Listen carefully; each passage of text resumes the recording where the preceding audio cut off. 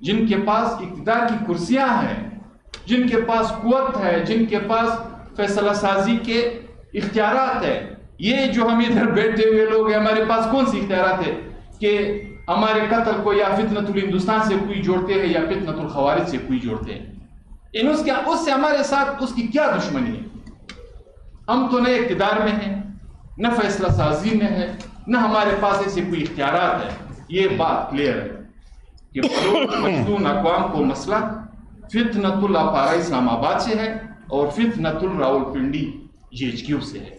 ہمیں مسئلہ ان سے ہے، چونکہ ان کی خونخوار نظریں ہمارے وطن کے وسائل پہ ہے، کرپشن انہوں نے کیا ہے۔ سب سے پہلے میں شہدائے 2 ستمبر کے چپے کو خراج عقیدت پیش کرتا ہوں۔ ان کی درجات کی بلندی کے لیے اللہ تعالیٰ سے دعا گو ہوں، اور واقعے میں جتنے بھی ہمارے بھائی زخمی ہوئے ہیں، اللہ تعالیٰ سے دعا کرتے ہیں کہ وہ صحت یاب ہو۔ بڑی تفصیل سے بات ہوئی، ہر اینگل پہ بات ہوئی۔ میں اتنا کہتا ہوں کہ جو مظلوم و محکوم اقوام بلوچ پشتون اس ریاست کے باؤنڈری میں جب سے آئے ہیں 47 کے بعد سے، یہ اس دن سے لے کے آج تک اس طرح کے واقعات سے مسلسل وقتاً فوقتاً دوچار ہوتے چلے آ رہے ہیں۔ یہ سلسلہ جو 2 ستمبر کو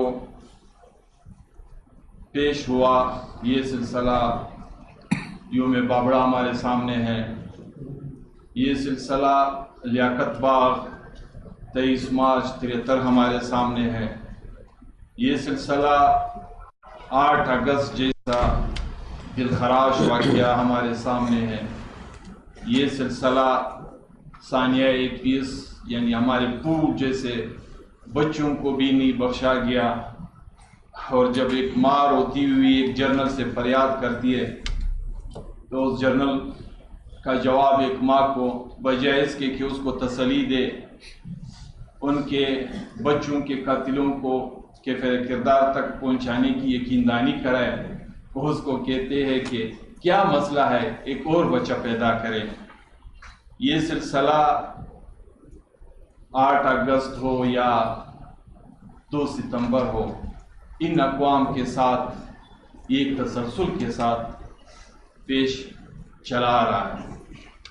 یقیناً ہم کوشش بھی کرتے ہیں، ہمارے رہبر قیادت نے، مظلوم و محکوم اقوام کی رہبری نے، کہ تمام تر مظالم کے باوجود اس ریاست کے ساتھ ہم 2 قدم آگے بڑھ کر چلے، لیکن جہاں تک یہ مسلسل پے در پے واقعات اور اس کے نتائج پہ اگر نظر رکھی جائے تو یہ بات ایک کلیئر میسج ہے مظلوم و محکوم بلوچ پشتون اقوام کے لیے کہ اس ریاست کو ان اقوام سے نہیں، ان کے درد سے سروکار ہے۔ بامر مجبوری تو نقشہ پاکستان میں انہوں نے بلوچستان اور پختونخوا تو ڈال دیا ہے، لیکن وہ زمین کے حوالے سے ہے، دھرتی کے حوالے سے، اقوام کے حوالے سے نہیں ہے۔ اللہ نے ہمیں نعمتوں سے بہرمند زمین دھرتی عطا فرمائی ہے، پتہ نہیں اس کو ہم اپنی خوش قسمتی سمجھے یا بدبختی سمجھے کہ آج ہمارے گلے پڑ گئے۔ سمندر سے لے کے دنیا جہاں کے قدرتی وسائل جو زمین کے تہ میں اللہ تعالیٰ نے ہمیں دیا ہے وہ ہمارے گلے پڑ گئے، وہ ہمارے خون آلود لاشوں کی صورت میں ہمیں اس کے نتائج مل رہے ہیں۔ تو یقیناً ان اقوام نے فیصلہ کرنا ہوگا کہ کیا یہ روش ہم مزید برداشت کر سکتے ہیں، اس روش کے ساتھ مزید چلتا جا سکتا ہے۔ یہ بات واضح ہے کہ آج چوکیدار نے اپنے آپ کو مالک بنا بٹھایا، ان اس کا سوائے چوکیداری کا اور کوئی کام آئین پاکستان میں نہیں ہے۔ یہ نہیں کہ یہاں بیٹے تشریف فرما قیادت یا کامپرس نیشنلسٹ مذہبی و سیاسی جماعتوں کے لیڈرشپ اور کارکن کہتے ہیں یا آئین پاکستان کہتے ہیں، لیکن یہ بدمست چوکیدار آج حکمرانی بھی ہاتھ میں لیے بیٹھے ہیں، یہ بدمست چوکیدار آج پارلیمنٹ پہ قبضہ جمائے بھی بیٹھے ہیں، یہ بدمست چوکیدار آج عدلیہ کا ستیاناش بھی کر چکے ہیں۔ ایون یہاں تک کہ یہ چوکیدار ٹھیکیداری اور کنسٹرکشن پہ اتر آیا ہے۔ آج بھی کوئی کوئٹہ میں جا کے دیکھ لے، باقی پاکستان کو چھوڑ دے، جہاں پہ آپ کو کوئی بڑا مال نظر آئے گا، جہاں پہ آپ کو کوئی بڑی بلڈنگ نظر آئے گی، وہ چوکیدار کی ملکیت میں ہوگی، وہ عام آدمی کی نہیں ہوگی۔ اور جہاں پہ کوئی سویلین کاروبار بھی کرنا چاہتا ہے، کوئی ہاؤسنگ اسکیم کا سوچتا ہے، کوئی بلڈنگ بنانے کا سوچتا ہے، تو اس کے لیے مسئلے مسائل کھڑے کر کے، کیونکہ ڈی ایچ اے سے لے کے مال تک، یہاں تک کہ کھیتی باڑی پہ بھی اتر آیا ہے۔ بارڈر ہمارے انہوں نے بند کر دی۔ جس طرح یہاں پہ بات ہو رہی ہے، چاہے بلوچ بیلٹ ہو چاہے پشتون بیلٹ ہو، جو داڑھی کے مزدور داڑھی نکالنے کے لیے صبح سویرے نکلتے، شام کو بچوں کی اس سے گزارا پیٹ پالتے تھے، اس کی حالت ہمارے سامنے۔ 1891 سے ایک چلتا ہوا سلسلہ جو ڈیورنٹ لائن پہ آ رہا تھا، انہوں نے بیک کلام جنبش اس کو ختم کیا۔ نہ رشتہ داریوں کا خیال رکھا، نہ کاروبار کا خیال رکھا، نہ بھائی بندی کا خیال رکھا۔ اس طرح کے گھروں کو بھی تقسیم کیا گیا کہ مہمان خانہ ایک طرف ہو، گھر دوسری طرف ہو، مسجد ایک طرف ہو، محراب دوسری طرف ہو۔ تو یقیناً اس چوکیدار سے کل کیا بھی بات کرنی ہوتی۔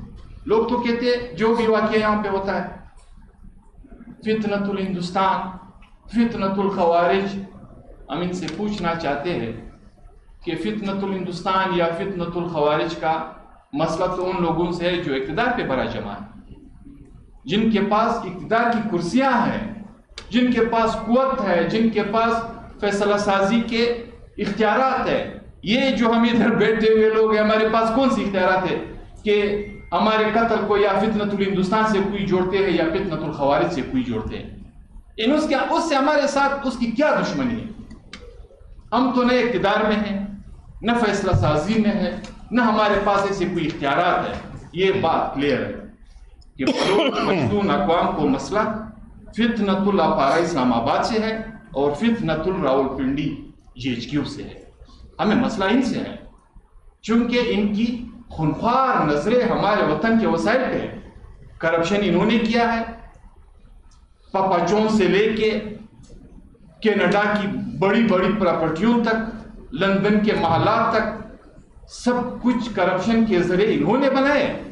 آج جب یہ مقروض ہو کے در پدر کی بھیک مانگنے دوسروں کے چوکٹ پہ سر رکھے پڑے ہوئے ہیں، تو یہ ہماری طرف مڑ کے آ رہے ہیں کہ سندھ میں تو سونا ہے، ہر نائی اور شارگے میں تو کوئلہ ہے، گوادر تو گہرا سمندر ہے، چمن پہ تو ٹریڈ کے اربوں روپے کی کاروبار ہے، اسی طرح پنجگور من سے لے کے ایران کے ساتھ تو، یعنی آپ کے ڈی سی تربت جو ہے 25 کروڑ روپے اس کی بولی ہے۔ 25 کروڑ روپے ایک ڈپٹی کمشنر کی جب بولی ہو جائے تو کوئی ہمیں بتا دے کہ کیا ہو جائے کہ وہاں پہ امن و امان سنبھالے گا، یا پہلے آپ 25 کروڑ روپے وہ سنبھالیں گے؟ تو آج وہ پشتونخوا اور بلوچستان میں خون کی ہولی کھیل کر اس کے نتیجے میں یہاں کے وسائل کو قبضہ کرنے کی کوشش کریں گے۔ ہر پروجیکٹ ایک نہیں، ان کا ہر منصوبہ ہماری دشمنی سے شروع ہوتا ہے، ہماری دشمنی پہ ختم ہوتا ہے۔ سیلاب آیا ہے، مسئلہ راوی، ستلج، چناب کے نہروں سے ہے، شوشہ کالاباغ کا چھوڑا ہے۔ یعنی ایک عجیب و غریب منطق ہے۔ کالاباغ کا سیلاب سے کیا تعلق ہے؟ یعنی دریائے سندھ پہ قبضہ کر کے پشتونوں کو ڈبو کے مروا دینا، سندھیوں کو پیاسے مروا دینا۔ آپ کا ہر مسئلہ جو ہے وہ ان اقوام سے ہے۔ یقیناً یہ سلسلے، یہ جو نام نہاد آپ نے حکومتیں بنائی ہے، ہمیں پتہ ہے یہ تو نوکر کے نوکر ہے۔ ان کی کیا اختیارات ہوں گے، ان کے کیا فیصلے کرنے ہوں گے؟ یہ تو نوکر کے نوکر ہے، انہوں نے تو اپنی نوکری کرنی ہے۔ مطلب اسی حکومت کے انہی ایم پی ایس کی اپنی بات ہے کہ جب پچھلا ابھی جو بجٹ پیش ہوا ہے، اس بجٹ میں چند ناراض ہوئے تھے کہ ہمارا بجٹ کم ہے، تو احتجاج پہ سی ایم کے پاس گئے. سی ایم نے ان کو کہا کہ جاؤ حبیب نالے کے اس پار، بجٹ تو وہ تقسیم کرتے. ادھر جب احتجاج کی شکل میں 4-5 کہتے کہ جا کے جب بیٹھ گئے، انہوں نے کہا جی کیا مسئلہ ہے؟ تو ان کو جواب میں کہا کہ ایک تو بلوچستان میں یہ مسئلے ہے، احتجاج ہے، ہم کسی کے پاس جا نہیں سکتے، ہمیں فارم 47 کے لوگ کہا جاتا ہے، ہم تو بالکل کسی کے پاس جا نہیں سکتے، لیکن ابھی بجٹ میں بھی اگر آپ کٹ لگائیں گے تو ہمارے پاس تو لوگوں کو منہ دکھانے کے بھی ہم قابل نہیں رہیں گے. تو ان کو جواب میں کہتے ہیں کیا کہا گیا کہ آپ کون سے پبلک کے ووٹ سے آئے ہو؟ آپ کو ہم نے منتخب کیا ہے، بٹھایا ہے، سلیکٹ کیا ہے، آپ آرام سے جا کے ہم نے آپ کو کہا کہ عوام کے پاس جائے. اسی ہکی گراؤنڈ میں پچھلے سال پورا حکومت بلوچستان نکل آیا، پورا حکومت بلوچستان 500 بندے لا کے اس اسٹیڈیم میں انہوں نے نہیں بٹھائے. پورا بلوچستان سب جماعتیں، لیکن یہاں پہ یہ خوار غریب لوگ، ان کی قیادت جس کے پاس نہ وزارت ہے، نہ کرسی ہے، نہ اختیارات کے منبع ہے، یہ ایک کال دیتے ہیں، ہزاروں کی تعداد میں لوگوں کو جمع کرتے ہیں اور پھر آپ اس میں بم بلاسٹ کرتے ہو. اور کہا بھی یہ جاتا ہے انڈائریکٹ یہ بھی کہا جاتا ہے کہ ان کا خود کردہ ہے. یہ اچھی وہ غریب سوچ ہوگی، پلاننگ ہوگی کہ بی این پی کا جلسہ ہے، اختر جان کسی کو خودکش ٹرین کر کے کہ جاؤ پھر ہمارے ورکر پہ خود ہی بلاسٹ کر دے. یہ کوئی منطق ہے؟ کوئی گرنیڈ پھینکا جاتا، کوئی بم بلاسٹ ہوتا، تب جا کے بھی آپ کوئی بات کر سکتے تھے. لیکن جب آپ نے ایک خودکش ٹرین کر کے ادھر تک پہنچانے کی کوشش کی، یقیناً جس طرح کہا گیا 2 ستمبر کا پلان یہ تھا کہ ایک دن میں اس صوبے کے جو رہی صحیح چند آوازیں ہیں اس کو بھی ہمیشہ کے لیے خاموش کر دیں. تو یہ آوازیں تو آپ نواب نورو سے لے کے نواب بگٹی تک، مولانا خانزیب تک، ایک ورکر شہید تک آپ کرتے چلے آ رہے ہیں. تو اس کے نتائج آپ کو کیا ملے؟ ہاں، کبھی کبھار وہ مولانا شرانی کہتے تھے کہ یار اگر آپ نے فیصلہ کیا ہے کہ بٹوارا کرنا ہے تو آرام سے کر لے، سکون سے کر لے. رشیا کی بھی ہوئی، دنیا جہاں میں تقسیم ہوئے ہیں، اقوام تقسیم ہوئے ہیں، ریاستیں چینج ہوئی ہیں. 1947 سے ہم کچھ اور تھے، 1891 سے ہم کچھ اور تھے، شاید 75 سال پورے ہو گئے، گلف میں کچھ اور تبدیلیاں آ رہی ہیں، یہاں پہ بھی کچھ اور ہو جائے. تو کم از کم خون بہا کے نہ کریں. میں